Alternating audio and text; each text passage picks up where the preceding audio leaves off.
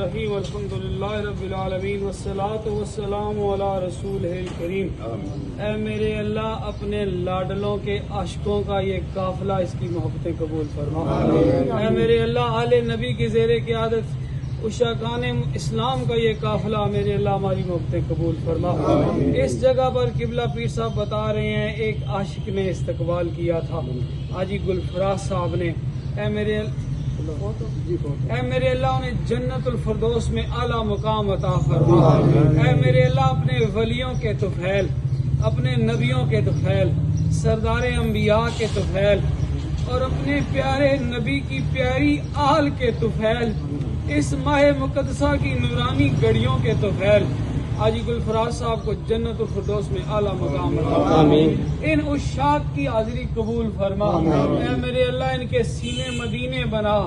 اس سفر کو ہم سب کے لیے توبہ کی قبولیت کا سفر بنا۔ صلی اللہ تعالی علیہ وسلم۔